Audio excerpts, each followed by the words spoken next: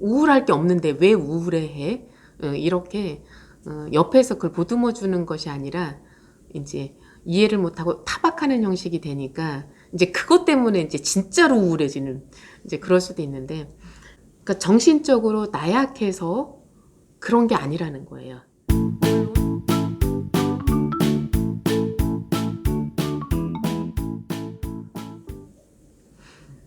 되게 이제 그 우울감 또는 우울증, 네. 이런 것들을 호소를 하면 이제 그것을 가장 이해를 못하는 사람들이 대개는 가까이 있는 사람들이에요. 가족들. 왜 도대체 우울할 게 없는데 왜 우울해해? 이렇게 옆에서 그걸 보듬어 주는 것이 아니라 이제 이해를 못하고 타박하는 형식이 되니까 이제 그것 때문에 이제 진짜로 우울해지는 이제 그럴 수도 있는데, 그런데 제가 그 우울증 환자분들을 이렇게 보면 어떤 특징이 있냐면, 그러니까 정신적으로 나약해서 그런 게 아니라는 거예요. 물론 정신적으로 저처럼 강인한 사람도 있고 원래부터 좀 나약한 사람도 있고 그 차이가 있긴 있어요. 그렇지만 근데 그게 아니라 어떤 영양의 불균형에서 오는 게 가장 크더라는 얘기예요. 그러니까 어, 치매라든지 파킨슨이라든지 이런 질병들도 그렇고 불안감이나 우울감이나 어떤 불면증이나 이런 것들이 뇌에서 일어나는 이상이라고 보잖아요. 그런데 그 뇌에서 어떤 그 신경 전달 물질이 제대로 나오지 않고 호르몬 분비 활동이 원활하게 되지 않고 이런 것들이 원인돼서 일어나는 거란 말이에요. 그러니까 세로토닌이 부족해서 막 우울감을 느낀다 그러잖아요. 그럼 세로토닌 분비를 활성화시켜 줄 수 있는 이런저런 방법들이 또 있잖아요. 또 멜라토닌이 부족하면 또 잠을 잘 못 자고 또 우울감이 오기도 한다. 그래서 햇볕을 많이 쬐면 그 우울감이 없어지기도 한다. 이런 말도 있고요.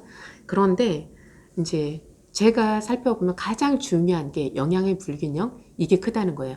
무슨 소리냐면 이것을 제가 증명할 수 있었던 게 우울감을 가지고, 그러니까 신경 안정제라든지 우울증 약이라든지 수면제를 드시는 분들 중에, 여성분들 중에 가장 많은 분들이 그 계속해서 다이어트를 반복적으로 하신 분들, 또는 그냥 대충 밖에서 먹는 밥 위주로만 먹었던 분들, 그러니까 집에서 가족들과 함께 정성스럽게 차리는 그런 밥상을 하지 않고 그냥 대충 인스턴트 식품으로 때우던 이런 분들이 그런 질병을 가지고 많이 오더라는 거예요. 그런데 우울증 또는 불면증 이런 게 치료가 잘 안 되는 걸로 돼 있잖아요. 그런데 제가 그 심신을 안정시켜주는 한약 처방도 하지만 거기에다가 그 영양을 충분히 채울 수 있는 이런 방법들을 같이 병행을 했을 때 정말 치료가 잘 되는 것을 제가 보았어요. 그러니까 뭐 우울감, 불면증을 떠나서 그 조현병 진단까지 받으신 분도 제가 며칠 이내에 그냥 바로 진정되는 걸 봤어요. 그러니까 그 이제 저기 정신과 병동에 몇 번씩이나 입원을 해 있고 그러면서도 진정이 안 돼서 입원 퇴원을 반복했던 분인데도 불구하고, 그리고 내 부모한테도 막 욕을 하고 폭력을 휘두르고 막 소리 지르고 밤만 되면 막 독한 술을 마시고 이렇게 심했던 분인데도 불구하고 하루 만에 갑자기 사람이 달라지는 것을 제가 보고 어우, 제가 정말 좀 더 열심히 이거를 알리고 치료를 해야 되겠다라는 생각을 제가 했었어요. 그러니까 분명히 어제 왔을 때까지만 해도 저하고 눈도 마주치지 않고 계속 핸드폰만 만지고 막 욕설을 하고 소리 지르고 막 나를 왜 여기로 데리고 왔어? 막 소리 지르고 이랬었는데 밤에 잠 안 자고 돌아다니고, 근데 이제 제가 여기서 약을 막 이것 드리고 저것 드리고 계속 드렸어요. 이제 효과를 좀 더 빠르게 낼 수 있는. 그랬더니 그날 가서 바로 잠을 자기 시작하더라는 거예요. 분명히 전 수면제를 주지 않았거든요. 혈액순환이 잘 되게 해주고 몸이 편안하게 하는 그런 약을 주었을 뿐인데 그날 밤에 잠을 자기 시작해서 이제 며칠이 지났을 때는 이제 밤에 돌아다니거나 이런 거 절대 없고 밤 10시 되면 딱 자고 새벽에 일어난다는 거예요. 자, 이것이 뭐냐면 인스턴트 식품을 먹지 않고 영양을 골고루 넣어주는 거예요.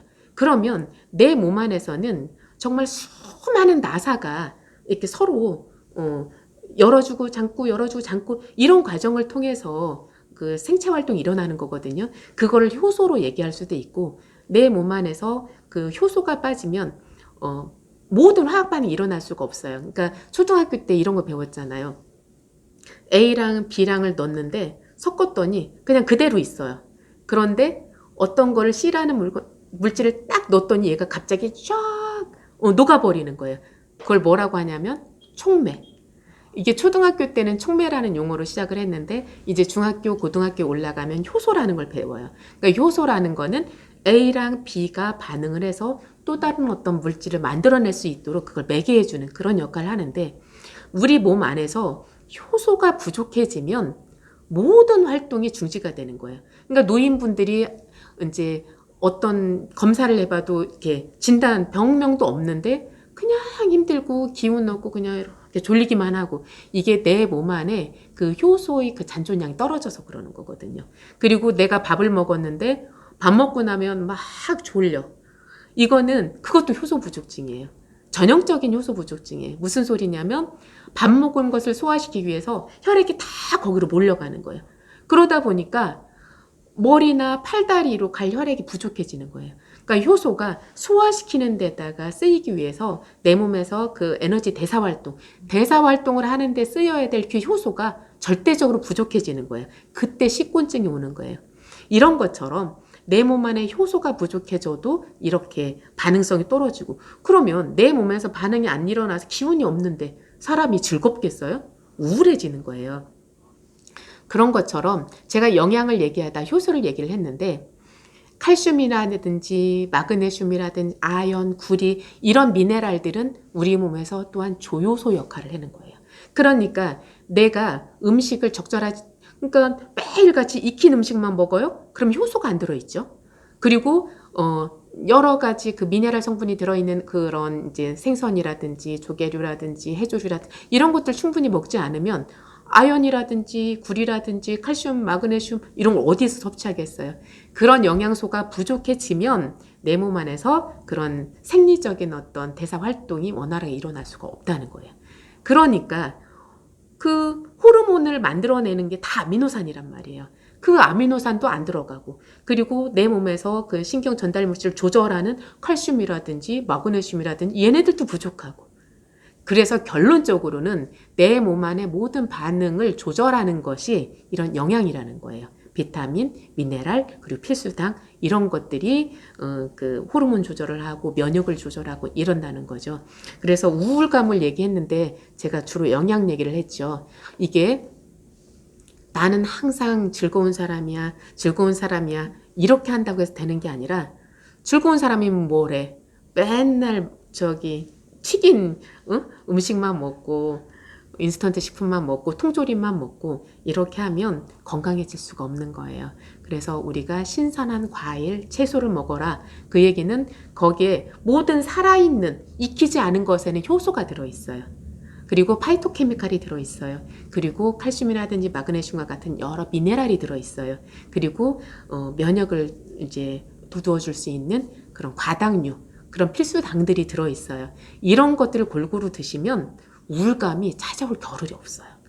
그렇게 영양을 골고루 드시면서 이제 또 하실 수 있는 것이 햇볕을 쬐인다든지 운동을 한다든지 그러면 햇볕을 쬐면 그 비타민 D가 체내에서 활성화가 된다고 하잖아요. 그러면서 그 뼈도 튼튼해지고 면역이 올라가요.